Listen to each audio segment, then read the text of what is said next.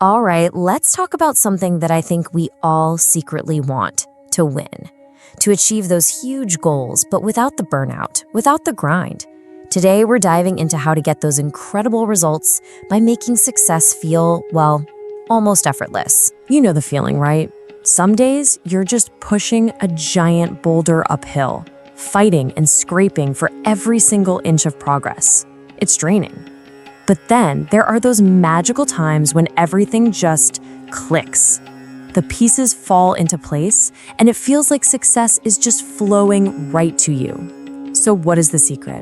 What's the big difference here? Well, it really comes down to these two completely different ways of thinking. On one side, you've got brute force. That's the constant pushing, the grind, and yeah, it's exhausting. But on the other side, there's something called smart momentum. This is totally different. It's about creating the right conditions so that winning isn't a struggle, it's just the natural, unstoppable outcome. It's elegant. Now, this whole idea of smart momentum, it's not some trendy new productivity hack you'd see online. No, this is actually a timeless principle. A secret that strategists have used for centuries to create absolutely unstoppable force. Just think about this image for a second. A raging river. That river doesn't try to move giant boulders. It doesn't strain or struggle. Its sheer accumulated force, its momentum, is so powerful that the boulders just get swept away. That's the kind of power we're talking about building. There's actually an ancient word for this concept, shi. Shi is all about the art of strategically building up potential energy. Kind of like coiling a spring tighter and tighter, so that when you finally let it go, the result you want isn't just possible. It's practically guaranteed. Okay, so this sounds great, right? But how do we actually do it? How do we build our own personal raging torrent? Well, it really boils down to two key ingredients. So here's the game plan. It's a two-step process. First, you've got to create simple, solid structures. That's your foundation. And second, you have to master the art of combining the predictable with the totally unexpected. Let's start with step one, building that foundation. So step one is all about bringing order to chaos. Think about a giant tech company with a huge, complex project.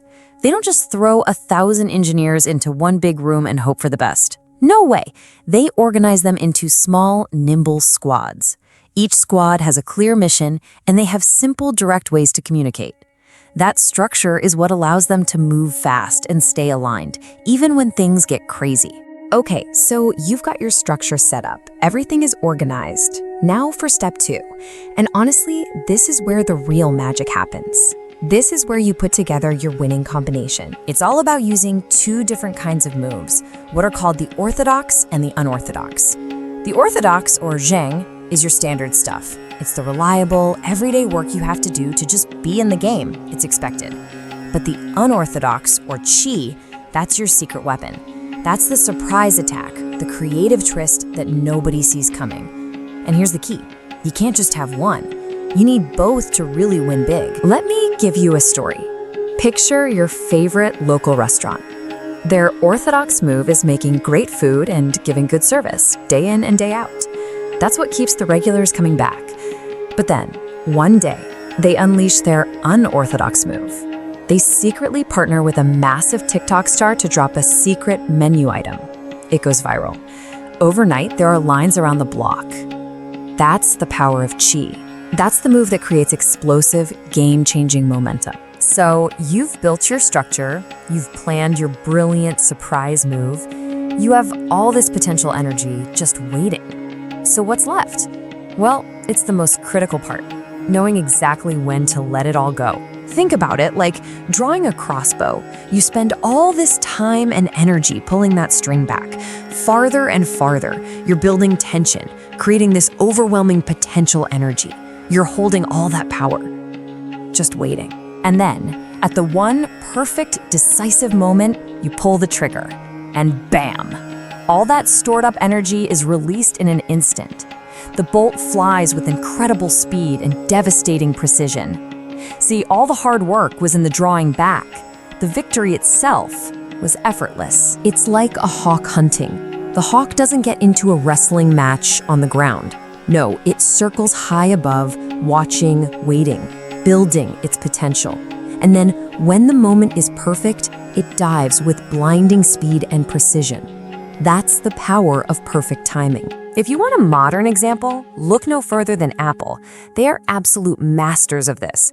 They don't just quietly put a new iPhone on shelves. Of course not.